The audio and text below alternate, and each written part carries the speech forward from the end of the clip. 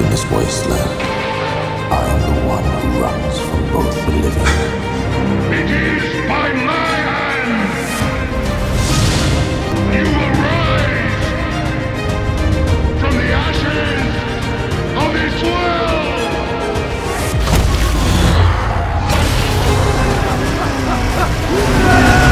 За Россию! За победу! Ура!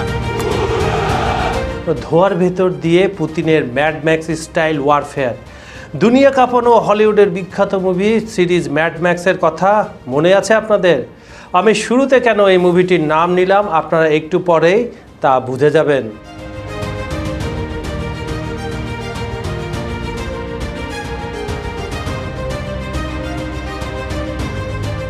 ধোঁয়ায় ঢেকে আছে আকাশ, পোড়ামাটির গন্ধ মিশে গেছে ঠান্ডা কুয়াশার ভেতরে।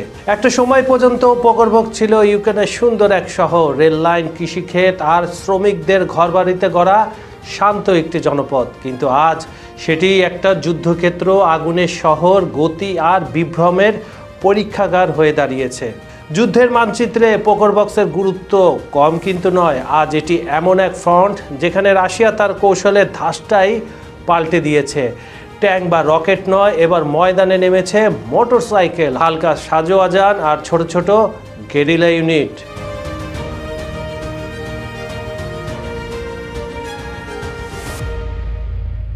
পশ্চিমা বিশ্লেষকরা একে বলছেন ম্যাড ম্যাক্স স্টাইল ওয়ারফেয়ার, সেই মুভিটার মতো যেটি আমি শুরুতেই আপনাদের বলেছিলাম। দ্রুত, বিশৃঙ্খল কিন্তু অস্বাভাবিক কার্যকর। এই যুদ্ধের দৃশ্য যেন ভবিষ্যতে কোনো দুঃস্বপ্নের পুনরাবৃত্তি, যেখানে প্রযুক্তি নয় বরং গতি, বিভ্রম আর মনস্তান্ত্রিক চাপই অস্ত্র হয়ে উঠছে। পুতিনের বাহিনী এখন ঝড়ের গতিতে এগিয়ে আসছে, ধোঁয়ার আড়ালে, রাস্তায় রাস্তায়, বেসামরিক গাড়িতেও। ইউক্রেনের সেনারা বলছেন তারা এখন জীবন নিয়ে পালিয়ে যাচ্ছেন। এই দৃশ্যের ভেতরে লুকিয়ে আছে এক গভীর ভূ রাজনৈতিক বার্তা। এই শহরটি হারানো মানে শুধু একটি এলাকা হারানো নয়, এটি ইউক্রেনের পূর্ব প্রতিরক্ষা ব্যবস্থার হৃদয়ে ছুরি চালানো। কারণ এই শহরই সেই সরবরাহ পথ যার উপর টিকে আছে পুরো ডনেক্স ফ্রন্ট। অন্যদিকে মস্কোর কাছে এটি শুধু একটি সামরিক অভিযান নয়, এটি এক প্রতীকী জয়, এক ধরনের সিম্বলিক ইউনিট, দেখিয়ে দেওয়া যে যুদ্ধের নতুন ধরনেও তারা অভ্যস্ত হতে পারে। যে রাশিয়া শুধু শক্তির নয় বরং গতি, কৌশল এবং বিভ্রমের যুদ্ধ বুঝে গেছে।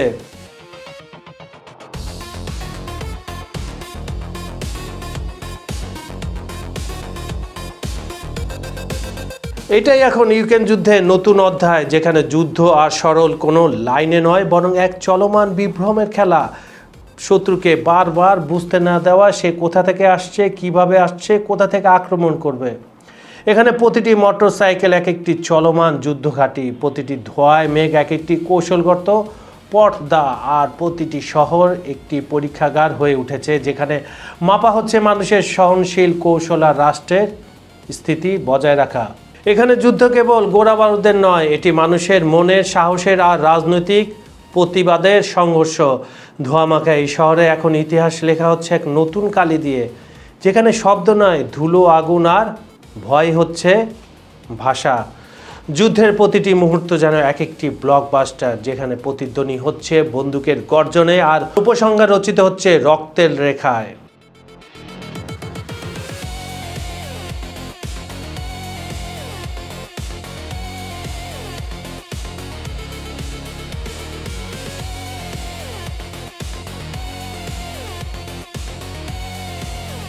আজকের খবর সংযোগের বিহাইন্ড দ্য সিন পর্বে আমরা খুঁজে দেখব পুতিনের এই নতুন ম্যাড ম্যাক্স কৌশল আসলে কিভাবে কাজ করছে, এর পেছনে সামরিক হিসাব নিকাশ কি, ইউরোপ কেন এই ধরনের যুদ্ধকে ভয় পাচ্ছে, আর ইউক্রেনের মানুষ ভয় এখন কতটা বাস্তব।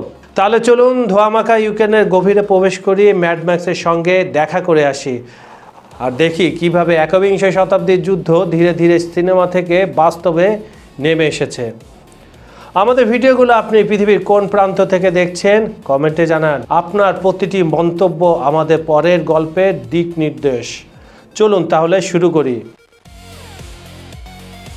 পকরবক্স হচ্ছে ডনেক্স ওব্লাস্ট অঞ্চলের খুবই গুরুত্বপূর্ণ একটি কৌশলগত শহর। পূর্ব ইউক্রেনের যুদ্ধমান ফ্রন্ট লাইনে এটি এক প্রকার গেটওয়ে, বাংলায় আমরা যাকে বলি প্রবেশদ্বার। রাশিয়ান বাহিনীর কাছে এর মানে একটি সরবরাহ শিরা কেটে দেওয়া, ইউক্রেনের সেনাদের জন্য শেষ প্রতিরক্ষা লাইন রক্ষা করা। এই অঞ্চলে প্রবেশ মানে শুধু একটি শহর দখল নয়, এটি সেই দরজা যেখান দিয়ে ডনেক্সের অর্ধেক রসদ, প্রতিরক্ষা আর জনপথ বাঁচানো বা ধ্বংসের দড়িতে ঝুলছে। রাশিয়ার সেনারা যে ভিডিওগুলো সামাজিক যোগাযোগ মাধ্যমগুলোতে আপ করছে, সেখানে দেখা যাচ্ছে পুতিনের বাহিনী হালকা যানবাহন, দ্রুতগামী মোটরসাইকেল, এমনকি বেসামরিক ভাঙাচোরা কার ব্যবহার করে শহরের দিকে ঢুকে যাচ্ছে। সামরিক বিশ্লেষকরা একে বলছে ম্যাডম্যাক্স স্টাইল আক্রমণ, যেন ভবিষ্যতের কোনো দুঃস্বপ্ন বাস্তবে এখন ইউক্রেনবাসীদের সামনে চলে এসেছে। এতদিন সিনেমার পর্দায় আমরা যে পাগলামি দেখে এসেছি, ইউক্রেন বাস্তবে এই ভয়াবহ অভিজ্ঞতার মুখোমুখি হচ্ছে। ধোঁয়ার আড়ালে দ্রুতগামী মোটরসাইকেল ছুটে চলেছে, পেছনে টেনে আনছে ধুলি, সামনে তুলে আনছে মৃত্যু। কিন্তু এটি চলচ্চিত্র নয়, ইউক্রেনের আজকের বাস্তবতা।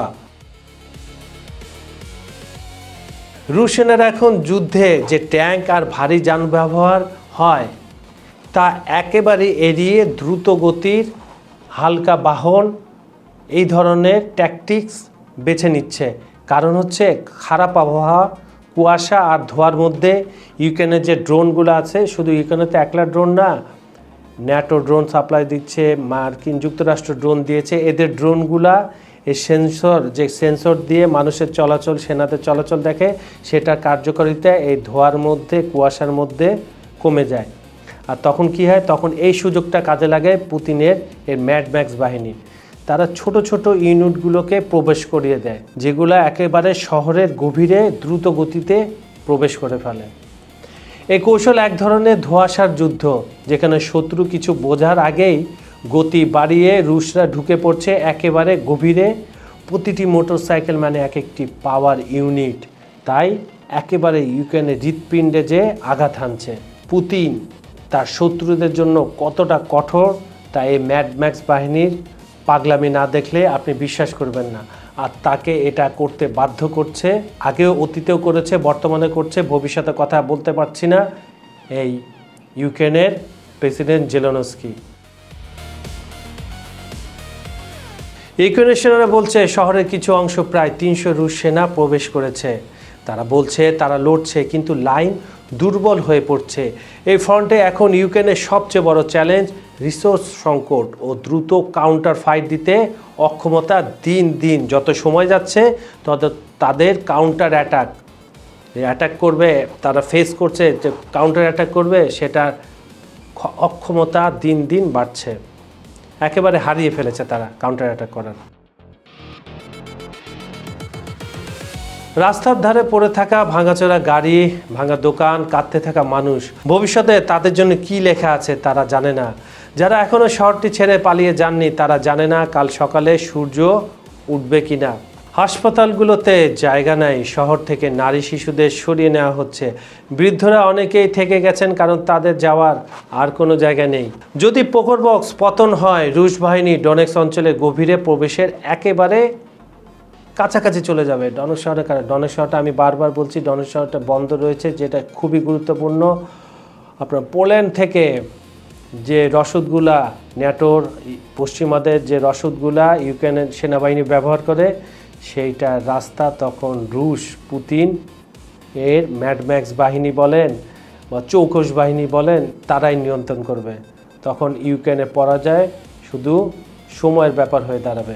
অনেক আগে থেকে পশ্চিমা সাধারণ জনগণ তাদের সরকারের উপর চাপ দিয়ে আসছে, এই বলে তাদের ট্যাক্সের টাকায় কেন অন্য দেশের যুদ্ধ সহযোগিতা করা হচ্ছে, যখন আমাদের এই জীবনমান দিন দিন কমে যাচ্ছে, মুদ্রাস্ফীতি বাড়ছে, কেন আমার টাকার যে ট্যাক্স, আমি যে ট্যাক্স দিই, সেই ট্যাক্সের টাকা কেন অন্য দেশের যুদ্ধে ব্যবহার হবে। রাশিয়া তো আমাদের জন্য কোনো হুমকি না। এই কথাগুলো ইউরোপ কান্ট্রি সাধারণ জনগণ বলছে, তারা সরব হচ্ছে, তারা সামাজিক যোগাযোগ মাধ্যমে প্রতিবাদ জানাচ্ছে, অনেক সময় রাস্তায় নেমে আসে। এই জন্য আপনি খেয়াল করবেন কিছুদিন পর পর ইউরোপের এক একটা দেশের রাষ্ট্রপ্রধান চেঞ্জ হয়, পরিবর্তন হয়। আর সেই যে ইউক্রেনের প্রেসিডেন্ট জেলেনস্কি আগে কমেডিয়ান ছিলেন, আমি কমেডিয়ানকে খারাপ অর্থে বলছি না, কিন্তু একজন প্রজ্ঞ রাজনীতিবিদ যদি এই জায়গায় থাকতেন, একজন অভিজ্ঞ রাজনীতিবিদ থাকতেন, তাহলে এই যুদ্ধটা হতোই না। ইউক্রেনের এই শহরটি হয়তো একটি অন্যান্য শহরের মতো, কিন্তু এর পতন মানে হতে পারে পুরো ফ্রন্টের ভাঙনের শুরু। যুদ্ধের মানচিত্রে একটি ছোট দাগ, কিন্তু ইউরোপের নিরাপত্তা মানচিত্রে এক গভীর ছেদ সৃষ্টি করে যাবে। ধোঁয়ার মধ্যে এখনো ভেসে আসছে মোটরসাইকেলের গর্জন, দূরে কোথাও বিস্ফোরণের আলো এক মুহূর্তের জন্য আকাশকে লাল করে তোলে, তারপর আবার নেমে আসে ধূসর নিস্তব্ধতা। পোকরবক্স, যে শহরটি একসময় ছিল ব্যস্ত রেল স্টেশন, কৃষকের বাজার, আজ সেটি শুধু ছাই আর কুয়াশার শহরে রূপান্তরিত হয়েছে। আপনি নিজের চোখে না দেখলে বিশ্বাস করতে পারবেন না। আপনি যে ফুটেজগুলো দেখছেন, সামাজিক যোগাযোগ মাধ্যমে যে ছোট ছোট ক্লিপিংগুলো দেখছেন, সেখানে দেখবেন মানুষেরা পালাচ্ছে, কেউ হারিয়েছে সন্তান, কেউ খুঁজছে আশ্রয়। কিন্তু এ শহরের গল্প কেবল যুদ্ধক্ষেত্রের নয়, এটি মানুষের বেঁচে থাকার অবিশ্বাস্য অধ্যায়। খবর সংযোগের বিহাইন্ড দ্য সিনের এই আয়োজন ইউক্রেনের যুদ্ধের গল্পের পেছনের গল্প। এর পেছনে পুতিনের ম্যাড ম্যাক্স বাহিনীর এগিয়ে যাওয়ার গল্পটা আপনাদের কেমন লাগলো জানাতে ভুলবেন না। ভিডিওটি লাইক, কমেন্টে শেয়ার করুন, আর অবশ্যই খবর সংযোগ ইউটিউব চ্যানেলটি সাবস্ক্রাইব করে রাখুন। আমাদের এই অনুষ্ঠানটি আপনারা কোথা থেকে দেখছেন, কোন দেশ, বিভাগ, জেলা, উপজেলা, গ্রাম, এমনকি কোন এলাকা থেকে দেখছেন সেটিও জানিয়ে দিন। আপনাদের প্রতিক্রিয়ায় আমাদের সামনে চলার অনুপ্রেরণা। আমি কাজল হায়দার আজ এখানে বিদায় নিচ্ছি, তবে কথা দিচ্ছি আগামীকাল একই সময় একই চ্যানেলে আবারও হাজির হব ইনশাআল্লাহ। টপিক থাকবে নতুন, দৃষ্টিভঙ্গি থাকবে আরও গভীরে। সবাই ভালো থাকুন, নিরাপদ থাকুন।